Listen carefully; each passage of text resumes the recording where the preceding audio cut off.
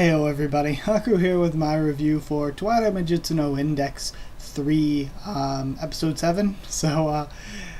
Yeah, I loved this episode. I don't want to compare it to last episode, both are good in their own ways. And last episode was incredible. It had its problems in being rushed and skimming over some content that, I'll just say, last episode, going back and watching and thinking about it more after having a week to sort of think about it, it really should have been like 4 episodes, or at least 3. Last episode was way too much and way too rushed. But this episode didn't feel like that at all. I'm sure there's probably stuff, because of the pace that they have to go at, there's probably stuff they skimmed over and probably stuff they rushed. But it didn't feel like it. Like last episode, even if I knew nothing at all about the light novels, I would have been like, that feels rushed. I would be able to tell. But for this one, this didn't feel rushed at all. This was really good and really fun. But we start out with a certain, and sorry if everything's a mess and if the video's a bit late, I'm recording this at like 10 p.m. at night. So either way, we start off with a certain high school and there's some sort of drama going on with lunch, and that was never really totally explained, but I guess it doesn't really need to be. It's whatever. I feel like the more detail you can put into something, the better, so I think it probably would have been better if they took their time with things, but it is what it is. So we have the Tsuchimikado betrayal of Aogami? Is it Aogami? Oh man, it's been years. So yeah, we have the Tsuchimikado betrayal. I thought was so funny, and the Itsuwa save. Itsuwa saves Toma from the one teacher. All of it was great. But we learned from Itsuwa that Aqua has issued a challenge to the Anglican Church and to Academy City, and he's going to basically attack Toma, and they have to fight over him to try to have him as well. I don't know if this was mentioned before. I already knew it because of my, again, slight knowledge of the light novels, but Aqua is a saint. We learned that from Itsuwa, and I'm not sure if it had been mentioned in the show yet, so I wanted to throw it in here as something important. Itsuwa is his bodyguard, and the Amakusa Church are the worst spies ever. The one guy with the newspaper around his face had me dying, but they were just the worst spies. I love the scene with the Pope adding some craziness to Misaka's life, and her even saying it like that, like, I have a lot to think about, stop adding craziness to my life. And then after all that, we finally see Index. The show is named after her, and we haven't seen her basically all season, and we're 7 episodes in. Like, we haven't really seen her. So we finally see Index. In all of the rest of the episode, I think was really, really great. It felt like old Index 1 and Index 2 again. It really felt like we were back into things. After the first 2 little arcs that we sped through, I don't know. Especially last arc, because of the nature of it and the way it was told, it kind of felt like a mix between the way Index handles arcs and the way Railgun handles arcs, except that in anime terms of speaking, instead of being really, really well plotted out, it was super, super rushed through. But either way, it really felt good to see Index again.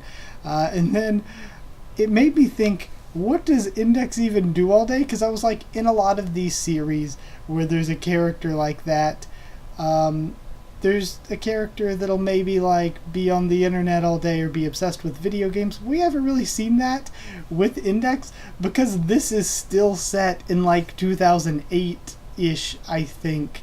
I'm not sure if it's like, I mean, they have all this futuristic stuff, but they're still using flip phones, you know what I mean?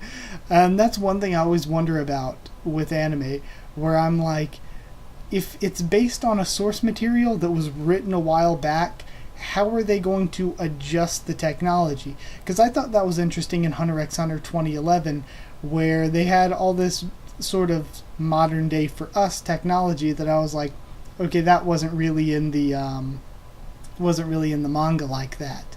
So I liked that they updated it so it felt like it was in 2011 instead of in like 1999, or at least that's when the first anime was.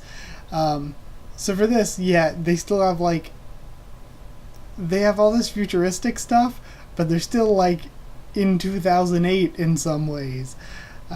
So it's really interesting. But yeah, I was like, what does Index even do all day? And then later on, she's obsessed with the TV, so I'm like, oh, maybe she watches TV. There's our explanation. Then we have a Micah home invasion, and I love Micah, so it was good to see her again. And yeah, Index had a lot of funny scenes just around the apartment. Then, hold on. Oh, then I was like, I couldn't read my writing. I was like, what did I put in the notes there? Sidecar Index. Sidecar Index was so adorable and so amazing when they're on the motorcycle. And we learned about the underground school district. School District 22, I believe they said it was. It's 10 underground levels, and we see one of them, I think it was the third level, and it's huge. It is like a city in itself. So we have this one area, and there's at least 21 more areas, probably a lot more, and even in this one area, it's basically like 10 cities stacked on top of each other. So Academy City is really ridiculous. I love how Misaka's there because do it for the Gekota. Doing everything for the Gekota. But Amakusa gets trapped by Academy City, I guess, because why else would the streets have been cleared and stuff unless Academy City was in on it in a way. We have the explanation that Kanzaki is one of less than 20 saints. Again, we already knew that she was a saint, but I'm not sure if this is the first confirmation we've had of the less than 20 thing, so I wanted to throw it in here. Aqua shows up and just wrecks Itsuwa and Toma, just completely demolishes them. And usually Toma's a bit heavily plot armored. He's a bit strong when it comes to these things.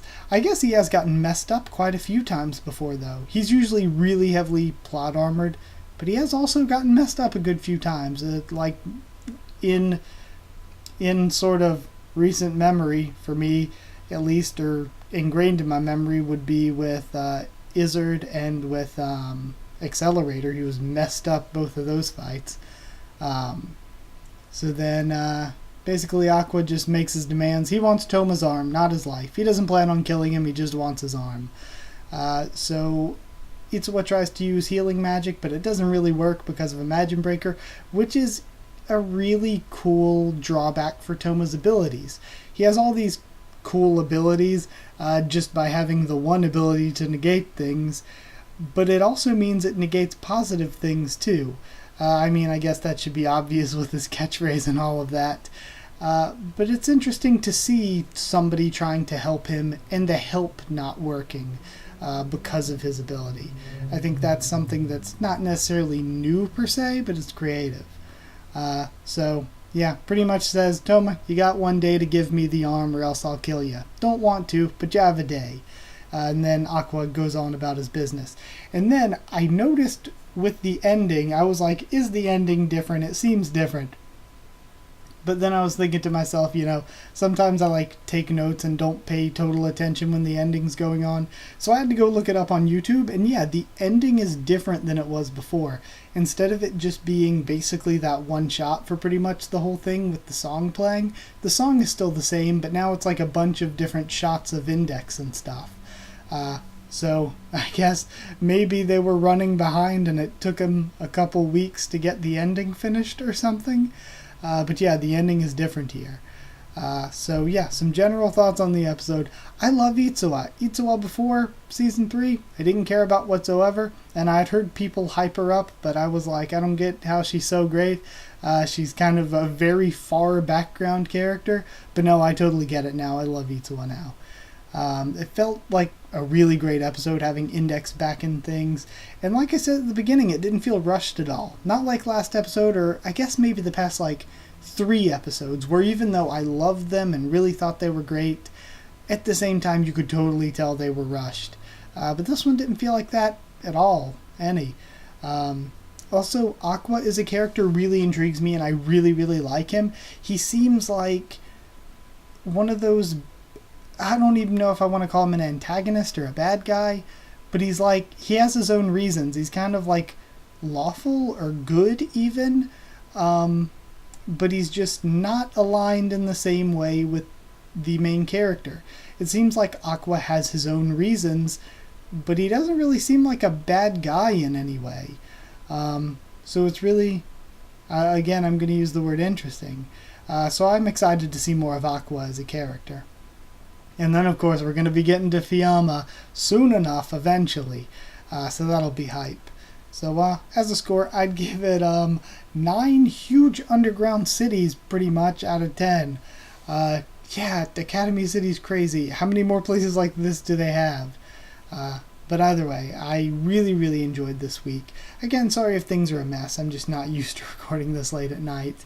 And I'm going to be trying to get this video up after I record it, so there's that too.